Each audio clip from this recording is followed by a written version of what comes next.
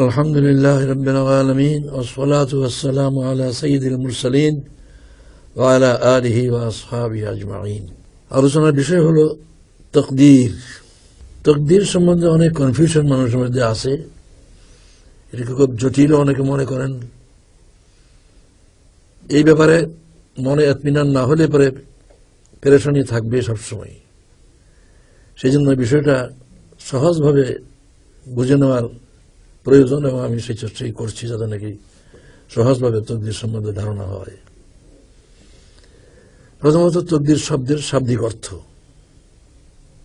নির্ধারণ করা, ধার্য করা, নিরূপণ করা, নির্দিষ্ট করা, শাব্দিক অর্থ। পরিভাষা হিসাবে ইসলামের ঈমানের একটা অংশ এটাও। আমানতু বিল্লাহি ওয়া মালাইকাতিহি ওয়া কুতুবিহি ওয়া রুসুলিহি ওয়াল ইয়াউমিল আখির ওয়াল কদরি খাইরিহি ওয়া শাররিহি মিনাল্লাহি তাআলা ওয়াল বাসি বাদাল মাউত। এই আল কদরি খাইরিহি ওয়া শাররিহি মিনাল্লাহি তাআলা এটি হচ্ছে তাকদীর,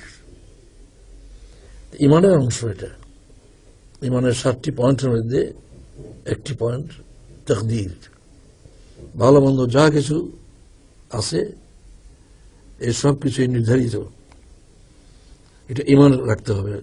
যেহেতু ঈমানের অংশ এটা, সেজন্য এটাকে ভালোভাবে বোঝা প্রয়োজন।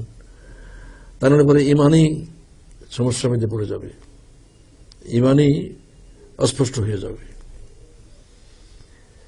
পরিভাষা হিসাবে তাকদীর শব্দের অর্থ ভাগ্য, কপাল, নিয়তি,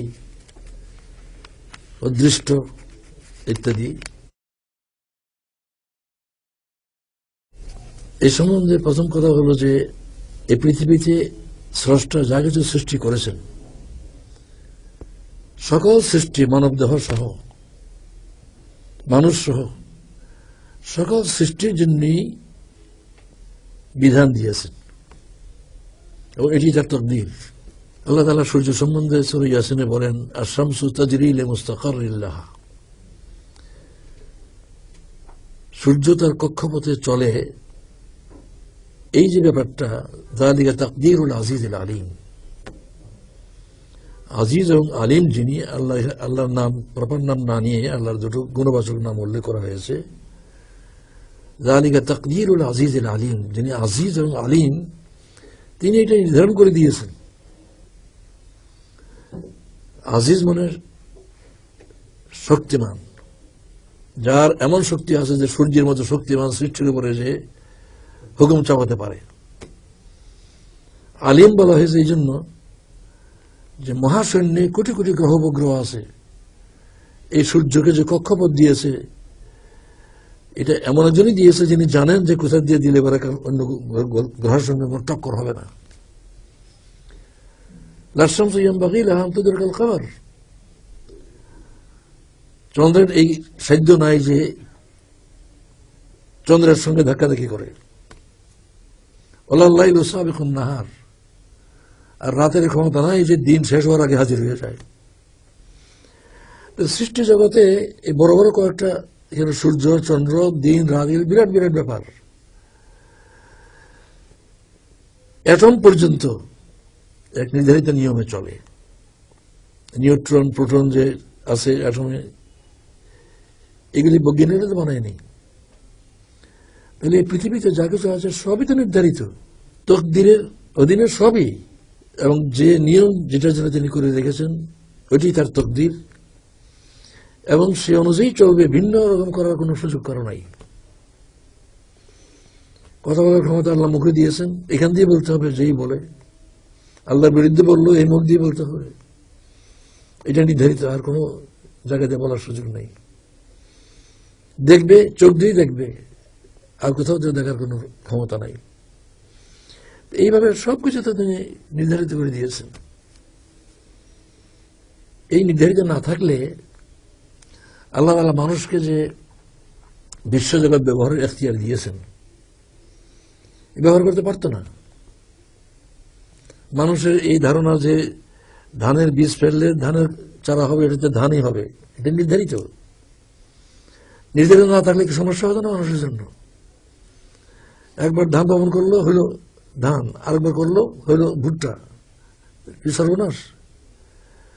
এই যে পৃথিবীতে সবকিছু নির্ধারিত করে দিয়েছেন, এই নির্ধারণ এটা জানাই হচ্ছে মানুষের বিজ্ঞানের কাজই হচ্ছে এগুলি জানা, এবং যেরকম আছে সেরকম ভাবে এটাকে কাজে লাগানো। অন্য কিছু করবার ক্ষমতা মানুষের নাই। H2O is equal to water, বিজ্ঞানের এই যে থিওরি, যে হাইড্রোজেন 1 ভাগ, অক্সিজেন 2 ভাগ একত্র হলেই পানি হলো। সারা বিশ্বের সকল বৈজ্ঞানিক একত্র হলেও এই নিয়ম বদলাতে পারবো না, নির্ধারিত সবকিছু নির্ধারিত থাকাটাই জরুরি। না হলে তো মানুষ দুনিয়াতে এগুলি ব্যবহার করতে পারবে না, জানতেই পারবে না কোনটা কি করতে হবে, জানাই সম্ভব নয়। এই প্রকৃতির জ্ঞান মানুষ জানার কারণেই তো প্রকৃতিকে ব্যবহার করতে পারছে। প্রকৃতির কোনো নিয়ম, কোনো রুলস অফ নেচার সারা দুনিয়ার বৈজ্ঞানিক একত্র করলেও তো কোনো চেঞ্জ করতে পারবে না, কোনো নতুন নিয়ম যোগ করতে পারবে না, কোনো একটা নিয়ম বাদ দিতে পারবে না। এগুলি কোনো ক্ষমতাই কারো নাই। যত বাহাদুরি বিজ্ঞানের মানুষ করুক, তার দেওয়া নির্ধারিত ব্যবস্থার ভিতরেই সে যা কিছু করতে পারে, এর বাইরে কিছু করতে পারবে না। তাহলে তকদির তো কোনো খারাপ জিনিস না, তকদির তো জরুরি, তকদির মানুষের জন্য অপরিহার্য। বিশ্বজগতে এই যে সবকিছু আল্লাহ নির্ধারিত করে দিয়েছেন, এই যে তকদির, এটাতে কোনো সমস্যা নাই। সমস্যা হয় মানুষের কর্মজীবনের সঙ্গে তকদিরের সম্পর্কটা কি, এই জায়গায় সমস্যা। তকদিরের ব্যাপারে দুইটা চরম মতবাদ আছে। একটা মতবাদের নাম জাবারিয়া, আর একটার নাম কাদেরিয়া। জাবার মানে বাধ্য করা, মজবুর করা। জাবারিয়া মতবাদে বিশ্বাসী যারা, তারা বলে যে মানুষ যা কিছু করবে সবকিছু বাধ্য হয়ে করবে, তার কোনো এখতিয়ার নাই। তাকে যে যা করায় তাই করবে, স্রষ্টা তাকে যে যা করায় তাই করবে, আর বাইরে কিছু করতে পারবে না। তার বিপরীত কাদেরিয়া বলে, কাদের মানে শক্তি, মানুষ যা ইচ্ছা তাই করতে পারে, মানুষের এখতিয়ার, যা ইচ্ছা তাই করার ক্ষমতা আছে। এই যে দুইটা মতবাদ তাকদীর সম্বন্ধে, যে মানুষ মজবুর, বাধ্য, যা ভাগ্যে তার লেখা রেখেছে, যা তার জন্য ঠিক করে দেওয়া হয়েছে তাই করবে, আর কিছু করতে পারবে না, আর কিছু করার সাধ্য তার নাই। এটাও যুক্তিপূর্ণ কথা নয়। যদি যুক্তিপূর্ণ হয় তাহলে সে চুরি করবে, এটা যদি নির্ধারিত হয়ে থাকে তাহলে শাস্তি পাবে কেন? যদি কোনো ভালো কাজ করে পুরস্কার পাবে কেন? যেমন ফেরেশতা নিজের মর্জি মধ্যে কিছু করতে পারে না, তাদেরকে মন্দ করার এখতিয়ার দেওয়া হয়নি। তারা জানে মন্দ কি, মন্দ সম্বন্ধে ধারণা রাখে, কিন্তু মন্দ করার এখতিয়ার নেই। তাদেরকে বাধ্য করা হয়েছে শুধু আল্লাহর হুকুম মতো চলবে, যা করা উচিত তাই করবে, মন্দ কিছু করবে না। এই যে তারা মন্দ করে না, শুধু ভালোই করে, এতে তার কোনো ক্রেডিট তো নাই, কোনো কৃতিত্ব নাই, এই কারণে তার কোনো পুরস্কার নাই। মানুষের জন্য পুরস্কার তো এই কারণেই, মন্দ করার এখতিয়ার তার আছে, এই সত্ত্বেও সে ভালো করেছে, এই জন্য পুরস্কার। আর শাস্তি এই জন্য যে ভালো করার সাধ্য তার ছিল, এখতিয়ারে ছিল, তবু সে মন্দ করেছে, এই জন্য তো শাস্তি। তো যদি ভালো এবং মন্দর কোনো এখতিয়ার না থাকে, সে মজবুর হয়, যা তাকে দিয়ে করানো হয় তাই হয়, তাহলে তো পুরস্কার শাস্তির প্রশ্ন আসে না। তাই এই মজবুর হওয়ার যে মতবাদ, এটা ভ্রান্ত, এটা যুক্তিতে টিকে না। আর যদি বলা হয় কাদেরিয়া, মানুষ যা ইচ্ছা তাই করতে পারে, এটা বাস্তবে সত্য কথা নয়। হ্যাঁ, সে চেষ্টা করতে পারে, ইচ্ছা করতে পারে, চেষ্টা করতে পারে, কিন্তু করতে পারে না, করার এখতিয়ার তার নাই। কার্য সম্পাদন করার ক্ষমতা মানুষকে আল্লাহ দেননি, এটা তার হাতে রেখে দিয়েছেন। তিনি যাকে যে কাজ সম্পন্ন করার এখতিয়ার, সম্পন্ন করার সুযোগ দিবেন, সে সম্পন্ন করবে, আর যাকে দিবেন না সে করতে পারবে না। এটাই তকদির। তাহলে তকদির কি দাঁড়ালো? মানুষের কর্মজীবনে তকদিরের অবস্থান কি? যে আল্লাহ মানুষকে ভালো এবং মন্দ উভয় দিকেই ইচ্ছা করার এখতিয়ার দিয়েছেন, চেষ্টা করার এখতিয়ার দিয়েছেন। বাস এ পর্যন্ত এখতিয়ার, ইচ্ছা করা এবং চেষ্টা করা। কাজটা সম্পন্ন করার, ভালো কাজ মন্দ কাজ কোনোটাই সম্পন্ন করার এখতিয়ার তাকে দেওয়া হয়নি। তাহলে মানুষের আমল যেটা, এখতিয়ার যেটা, সেটা শুধু কর্মের এই ক্ষেত্রে যে সে ইচ্ছাকৃতভাবে চেষ্টা করতে পারবে। তার এখতিয়ারে যেটুকু আছে এরকমই তার পুরস্কার হবে। যদি এখতিয়ার নাই, এটার জন্য পুরস্কার হবে কেন? যেটা তার এখতিয়ারই নাই। একজন লোক হজ করার নিয়ত করলো, ইচ্ছা করলো, চেষ্টা করলো, হজে রওনা হয়ে গেল, পথে মারা গেল, হজ তো হলো না। সে ইচ্ছা করেছে, চেষ্টা করেছে, কাজটা সম্পাদন করা তার এখতিয়ারে আল্লাহ দেয়ই নাই। সেই কারণে যদিও সে মক্কায় পৌঁছেই নেই, তবু তাকে হজ করেছে বলে পুরস্কার দেওয়া হবে। একজন লোক মারবার জন্য একটা অস্ত্র নিয়ে আক্রমণ করলো, দৌড়ে এসে কয়েকজন ধরে তাকে ফেললো, সে তাকে মারতে পারল না। সে ইচ্ছাকে যেভাবে চেষ্টা তো করেছে, এই মন্দ কাজটা সে সম্পন্ন করতে পারল না, কিন্তু এই যে ইচ্ছাকে যেভাবে চেষ্টা করেছে সেজন্য তার শাস্তি হবে। দুনিয়ার আদালতেও শাস্তি হবে, আখিরাতেও।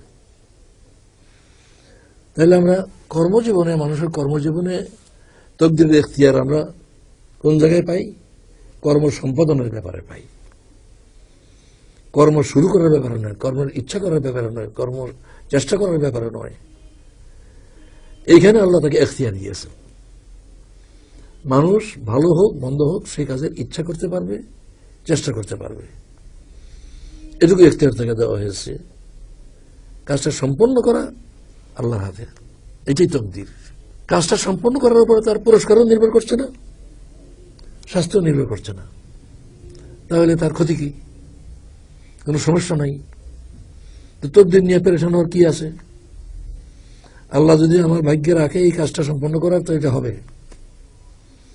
ভাগ্যে না রাখলে হবে না। আমা তাশাউনা ইল্লা আইয়াশা আল্লাহু রাব্বুল আলামিন।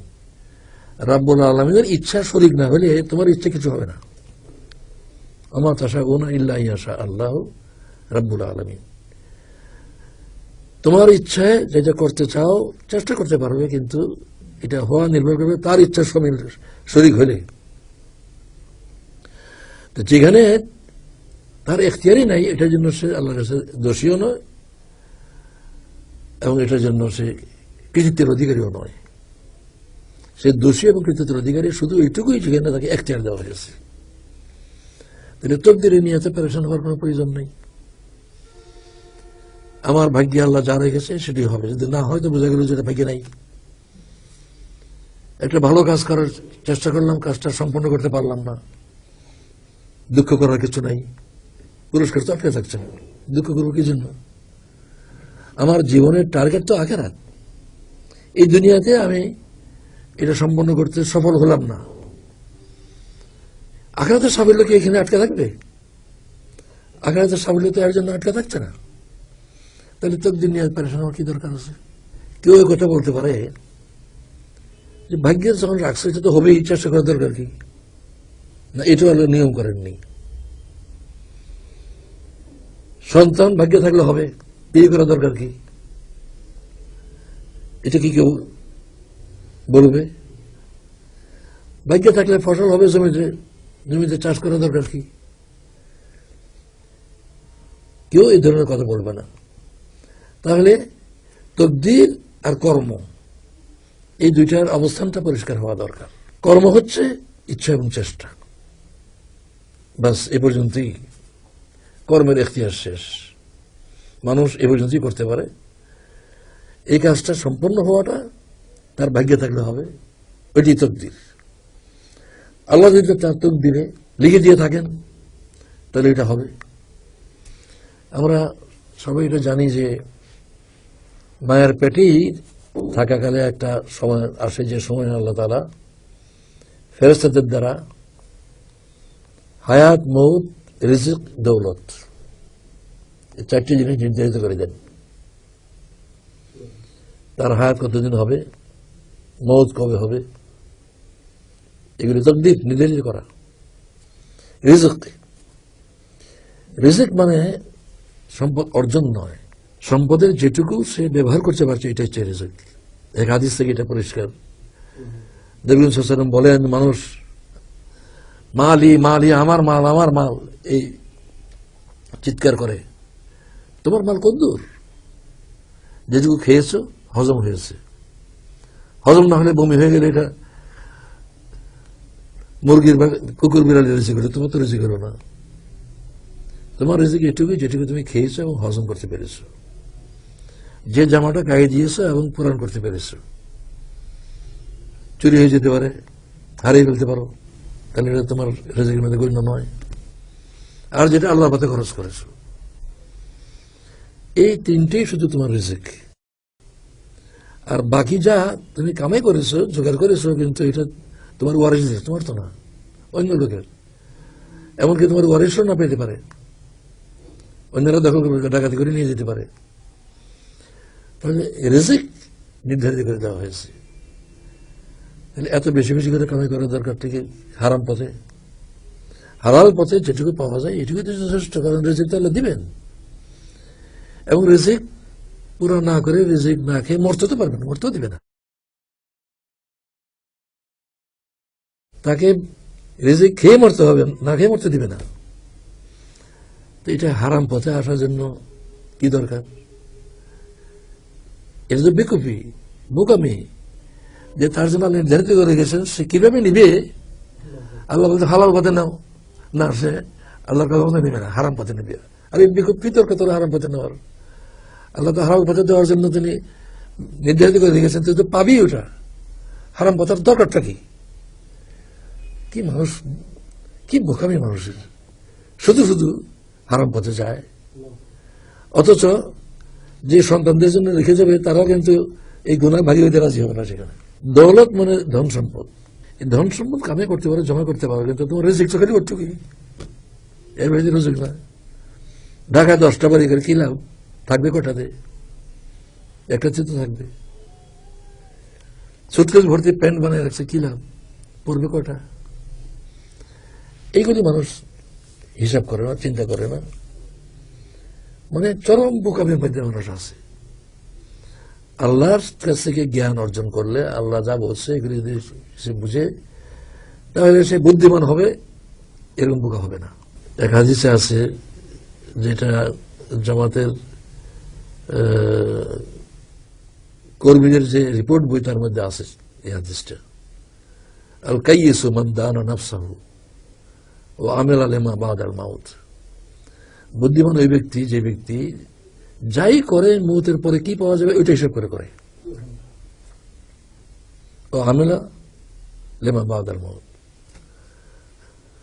আল কাইয়িসু মান দানা নাফসাহু, বুদ্ধিমান ওই ব্যক্তি যে ব্যক্তি নাকি নিজের হিসাব নেয়, আত্মসমালোচনা করে, নিজের কাজ সম্বন্ধে হিসাব করে, এবং যাই করে সে এর রেজাল্ট আখেরাতে থেকে পাওয়া যায় ওইটা হিসাব করে করে। ওইটা হিসাব করে করলে কি প্রতারণা করা যাবে, মিথ্যা বলা যাবে, ধোঁকা দেওয়া যাবে, তো বুদ্ধিমান নয়। আল্লাহ বলেন, রাসূল বলছেন যে ওরা বোকা। আর মানুষকে প্রতারিত করে বড় লোক হতে পারলে আর হলে বুদ্ধিমান। এই যে ভুল ধারণা বাস্তবের থেকে তো সম্পূর্ণ বিপরীত।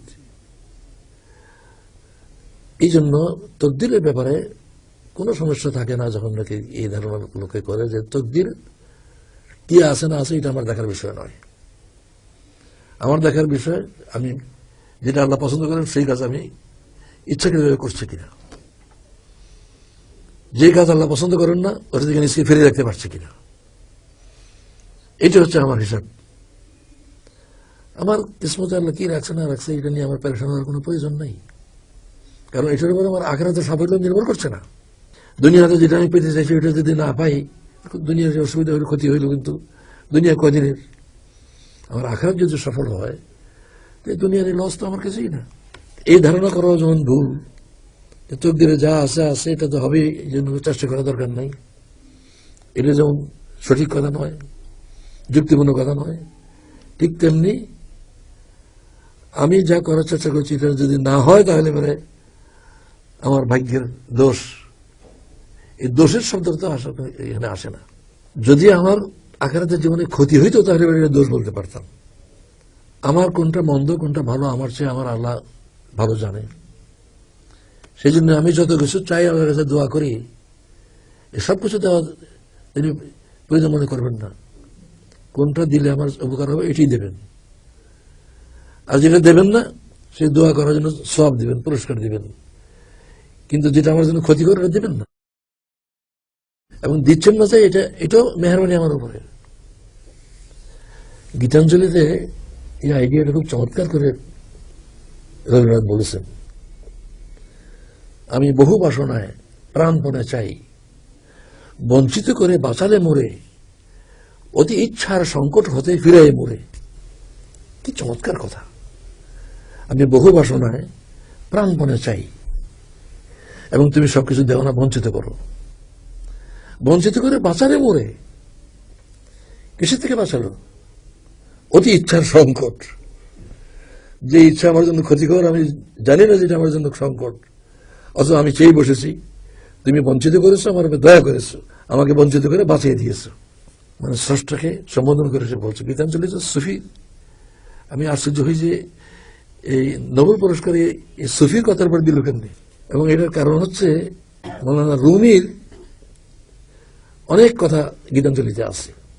মসনবী মৌলানা রুমির যে বিখ্যাত গ্রন্থ, যেটাকে ফার্সি ভাষায় বলে যে ফার্সি ভাষায় কোরআন, এই রুমি মুখস্থ ছিল রবীন্দ্রনাথের বাবার। আমি বঙ্কিমচন্দ্রের জীবনীতে পড়েছি যে আমি প্রত্যেক দিন বেলা ওঠার ঘন্টাখানেক আগে জোড়াসাগর বাড়িতে যেতাম এবং রবীন্দ্রনাথের বাবার কি নাম ছিল?